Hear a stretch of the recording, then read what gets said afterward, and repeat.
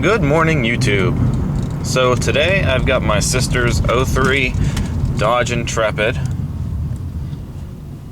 SXT, and what we're doing today is the oil change. And I know lately I've been making oil change videos on a lot of the personal vehicles, just, you know, in case anybody's ever wondering how to change the oil in a specific car, or just because you want to watch it done. You know, I just make videos for all sorts of purposes. So, but yeah, so I've got the car. We're heading back to my house now, and we're going to get it done. So, I actually featured this car last year on my channel. I did a full MVS review on it, or tour, I should say. And it was actually like a day or so after my sister had purchased the car. And you know, it's an '03. It's got 74,000 miles on it, which is it's really incredible for an '03. You know, the car was kept in near immaculate condition. You know, it's fully loaded. It's got the leather interior, and it's been a really awesome car. It's really fun to drive. It's got the 3.5 liter high output V6, the one that's very similar to what they used to put in the Plymouth Prowler. So that's the engine that we are obviously going to be working with today. And yeah, I'm sure this oil change procedure is going to go for the 3.2. I'm assuming it's probably very similar, because those engines are, well, they are very similar design. The 2.7, I honestly don't know if that's set up quite as similar as the 3.2 and 3.5. Of course, they're all variants that they've put into the Intrepid during its lifespan. So, yeah, we're almost at the house, and you know, once we get there, I'll kind of show you a quick update with the vehicle. I can tell you right now, it's probably going to need brakes soon, and she's actually aware of this, my sister. So the brakes will probably be a video by itself one day in the near future. But today, like I said, we'll do the oil change. So we'll get started shortly. What a nice fall morning. A slight breeze. It's probably around 50 degrees right now. It's just, sun's out. It's gonna be a nice day today. Anyway, here's the Intrepid. So, over the last year and a half of my sister owning this car, there really hasn't been, well, there hasn't really been any kind of issue. The chrome cladding on just about all the wheels is cracking. There's not really much we could do about it now. You can see the brake dust keeps showing up, so those pads are probably just about finished. This wheel is that wheel's actually in excellent shape. There's no cracking yet. The rust, it was rusting when she got it slightly. It's starting to spread, so she's actually wanting to have somebody take care of that.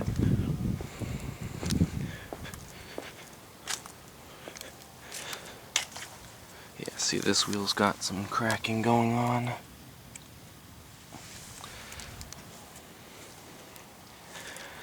And so does this one. So yeah, you can kind of tell that there's only one really good wheel left on the car. The trees in my mother's driveway. It's gonna be leaves all under here, I bet. This taillight developed a crack. I think it was, yeah, right here somewhere. So you could tell there's water getting into the lens now, and we're gonna have to look for another lens at some point real soon, because it gets worse every time I see it. Looks like the fog lamp lens actually is developing water too. That's the first time I've noticed that. These are probably all common issues with these cars. You can see this side's actually still in good shape.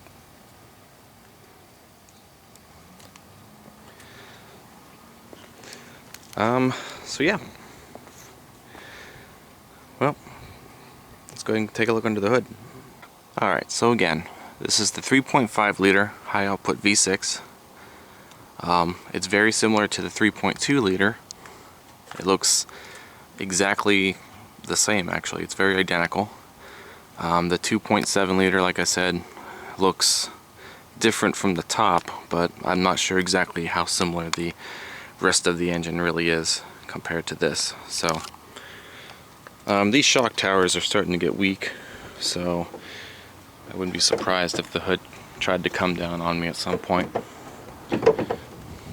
So it seems to be okay now, but we'll see what happens as time goes on. Not as many leaves as I was expecting. Thought there'd be a lot more stuck in here, so that's good.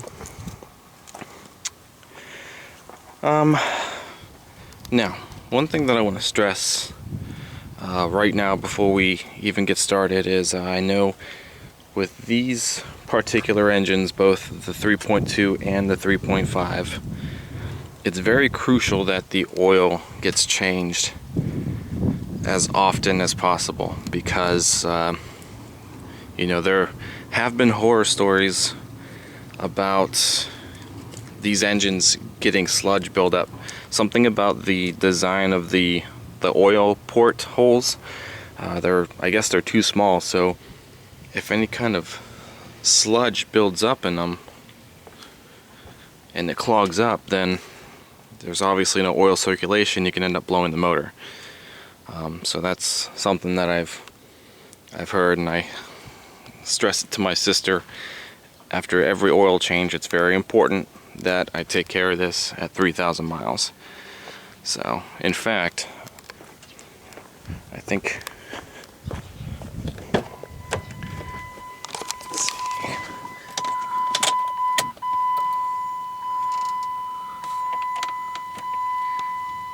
Yeah, so she's about 400 miles overdue, which isn't really too bad. You know, she's still in the ballpark. So we'll reset that again once we're done.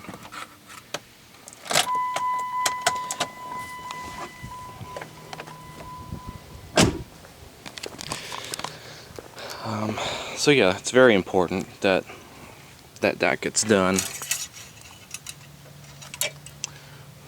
Ooh, it might actually be low too. There's nothing on that dipstick, huh? Then I mean, I just ran it and all, but there's nothing there. Well, this is going to be interesting.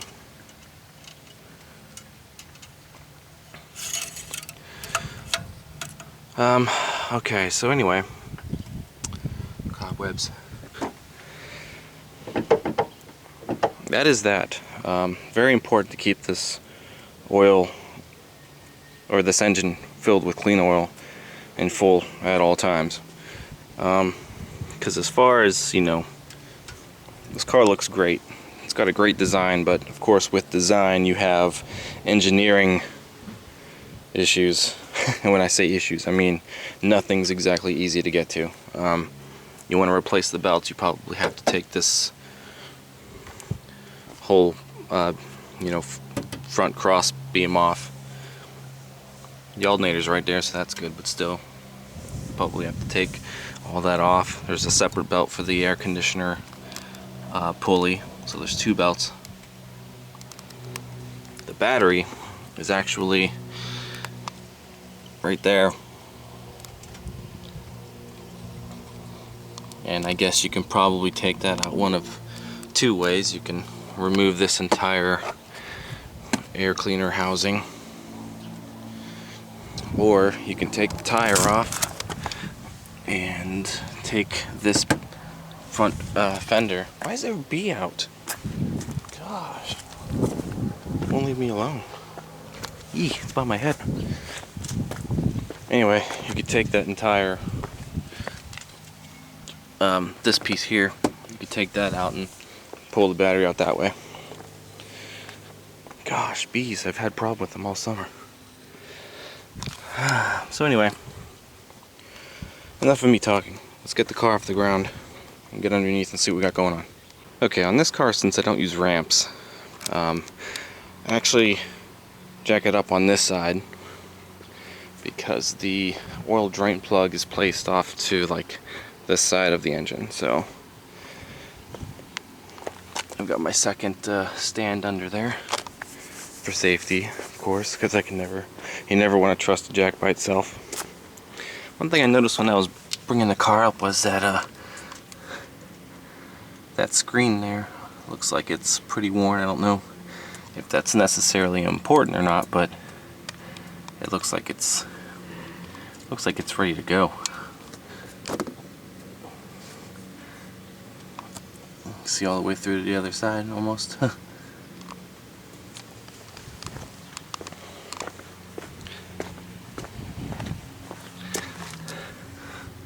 Well, the other side doesn't look as bad. It's a larger, like it's not as torn up. Yeah, see this piece here, you can see where the screws are. That's how you would get the battery out. Screws there, you probably just pop that off and slide it right out. Still doesn't sound like an easy job, but alright, let's have a look underneath. Okay, so there's the oil drain plug right there, and I'm seeing wetness.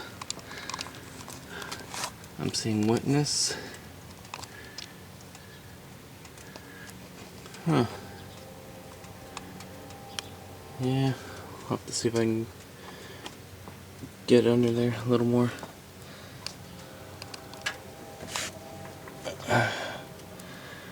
Huh.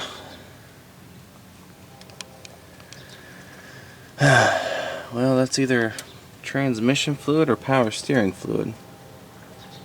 I honestly don't know which one. The oil filter is actually over there. Yeah, there it is right there.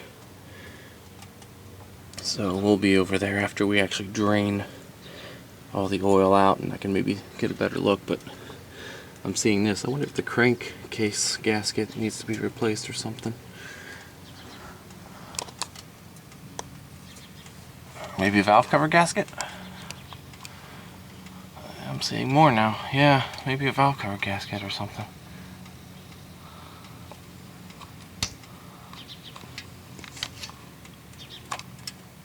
Oh, there's the horn.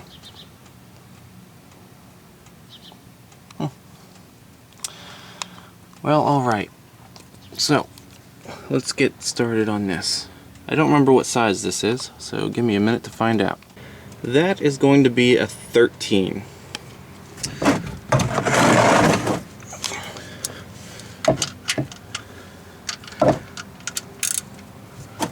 Hopefully I did not tighten it up too much. Yeah, I did.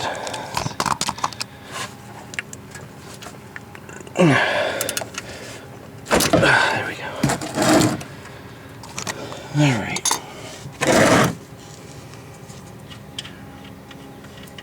Can't wait to see how much oil's in this. It's still very hot, by the way.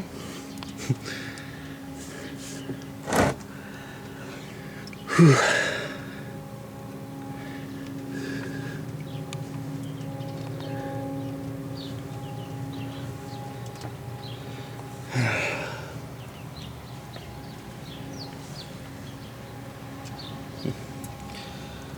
Slowing down already. So not very much. Wow. So that means we've got an issue, definitely. Sitting up there somewhere. Wow, that thinned out already. Oh man. Well, I wonder exactly where that's coming from. Yep, it's already empty. Huh.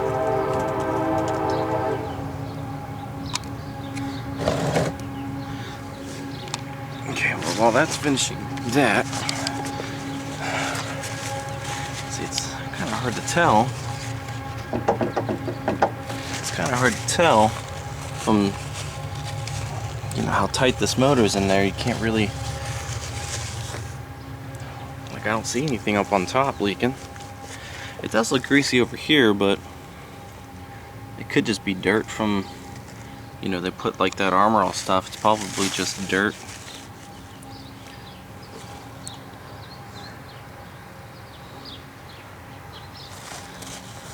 Like, I don't know.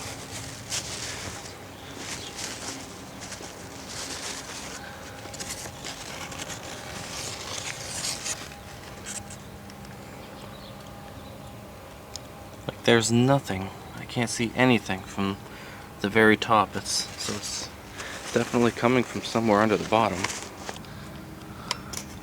See it along up there.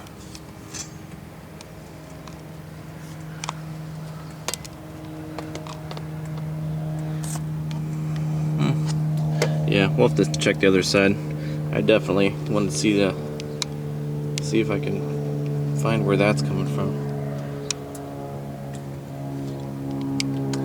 Yeah, this is done. So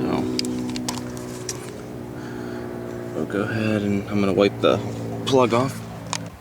Okay, so I just wiped off the plug a little bit because there's, you know, a rubber gasket around there. So I tried to make sure there wasn't any dirt or anything on there. Oh, this is so light. There's absolutely nothing in there. It's still dripping pretty fast, but you're never gonna get all of it out. So we're about done here.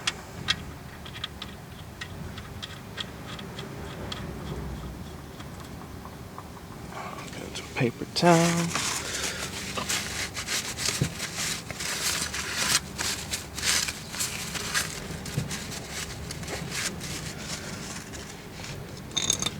And I say it all the time. Just hand tighten it. Make it snug.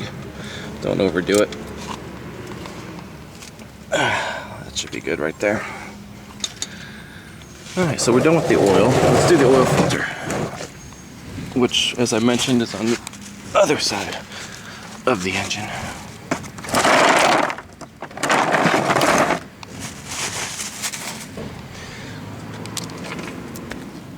Okay, so here's the other side of the engine.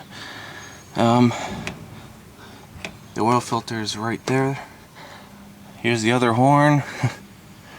Ooh, those brake lines.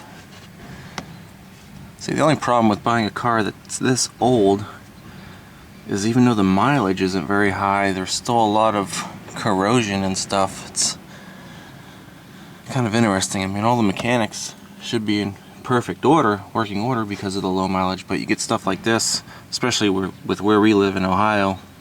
You're dealing with winters and stuff. You got stuff rusting, those lines going, those brake lines there, I mean, those are Okay. Well, I wonder if that's where it's leaking from. So I wonder if that's a transmission cooling line, or if it's, I bet it's a transmission cooling line. The power steering pump is actually, well, that might be the power steering pump. Yes, okay, well that's the power steering pump right here. This large hose going to that pulley, that's the power steering pump. The reservoir is almost directly above us. But this line is going from there. I can't get my camera up back enough. Yeah, there. And it's running back. So I bet that's a transmission cooler line. I wonder if it's just leaking there. I wonder if that thing there just needs to be replaced.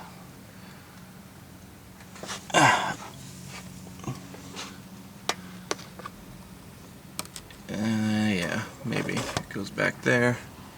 Sorry for all the weird angles. I'm trying to use the camera to see where this is going. Alright, well, let's get this filter out. So this filter is actually in a pretty decent spot. It's not too hard to get to. It might make a mess. It's very hot still. Ah, yeah, okay.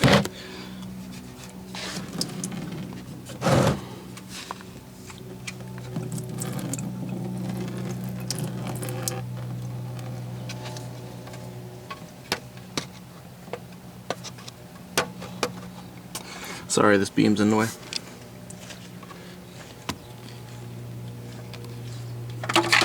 Oh, totally missed the thing. Now it's all over my jack. Oh well.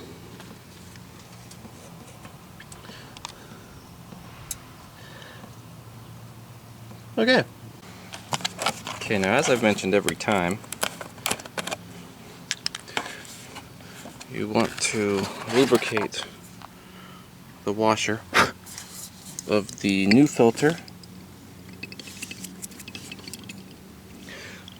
with some clean oil.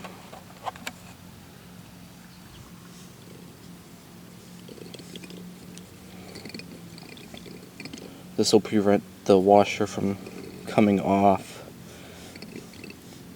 because when it gets hot, you know, it might stick. So if it's put on with a little bit of oil around it, the chances of the washer actually coming off of the filter and sticking to the engine block is less likely to happen. Okay, now we'll put it on.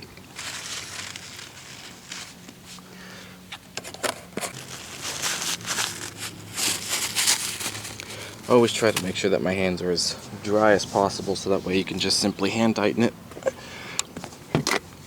Oh, I can't believe I spilled all that. Alright.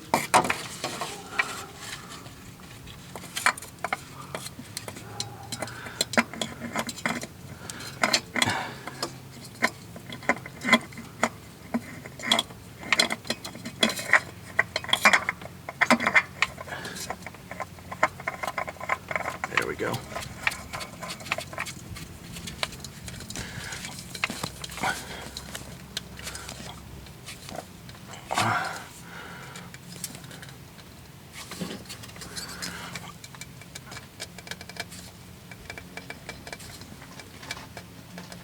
My hand started slipping. Alright, so that should be good there. Alright, so I couldn't remember how many oil quarts to put into this car. So, you know, it's always good to keep the manual around just in case of something like this. And the 3.5 liter, actually the 2.7 and 3.5 liter, both require 5 quarts of oil. So that whole jug should probably fill this thing up just fine. Alright, so I got the funnel into the oil filler. I only have one funnel at the moment, but I always try to wipe out the inside as best I can, because I actually run the old oil through this also when I take it to get recycled. 10W30 is the recommended oil for this engine. It doesn't say it on here, does it? No. You definitely want to use a funnel on this engine, because this oil filler sits directly above one of the exhaust manifolds, and you know, if you happen to spill oil on that and it burns the wrong way, of course, you could possibly have a fire. And nobody wants a fire.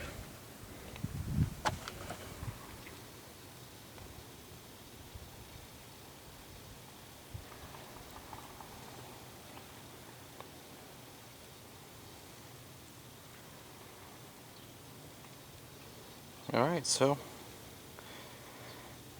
all 5 quarts are in.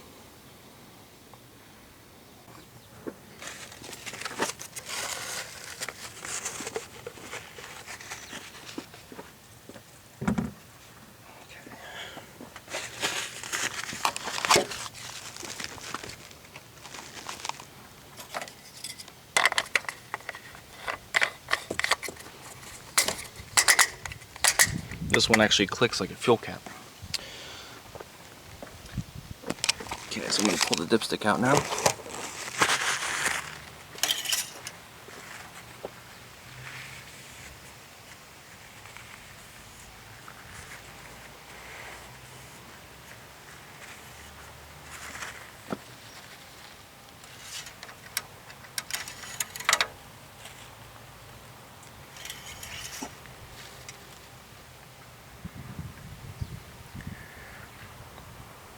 And it is in good order right now. It is full. Perfect. Okay, so we've got all those taken care of.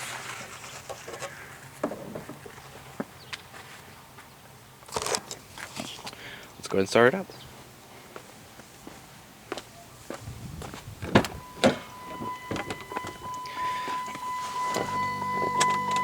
Nope, I just messed up the seat. Sorry, Chelsea.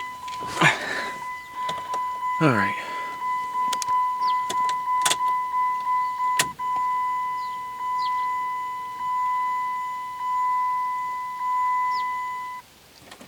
I'm going to reset this now. So that's back at 0.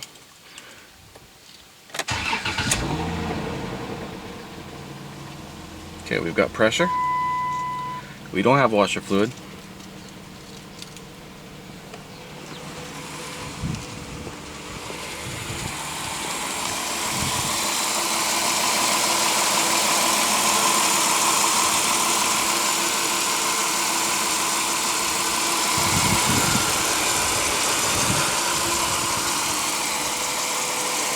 Sounds pretty smooth to me.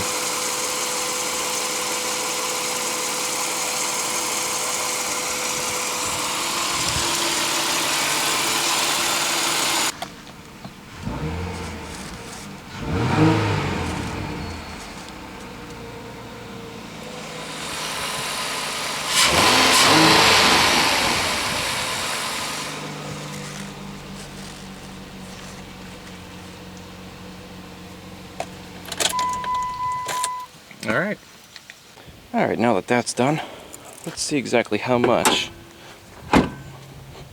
was left in this car altogether. So yeah, that was pretty bad. Maybe about half. Maybe, well, let's see if I can... Yeah, roughly about 2.5 quarts. That is insane. I cannot believe that within 3,000 miles it lost that much oil. So definitely gonna have to do some investigating into that. But needless to say, this is ready to be recycled,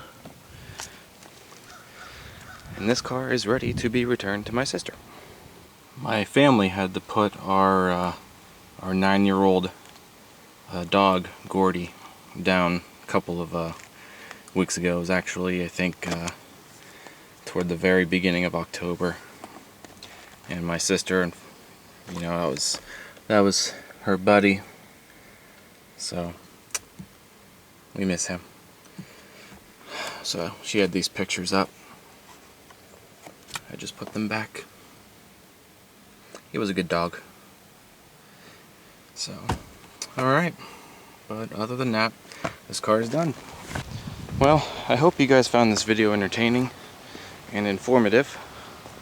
And I can't believe I made a mess in my driveway. But anyway, that's how you do the oil change on a Dodge Intrepid with the 3.5 liter V6.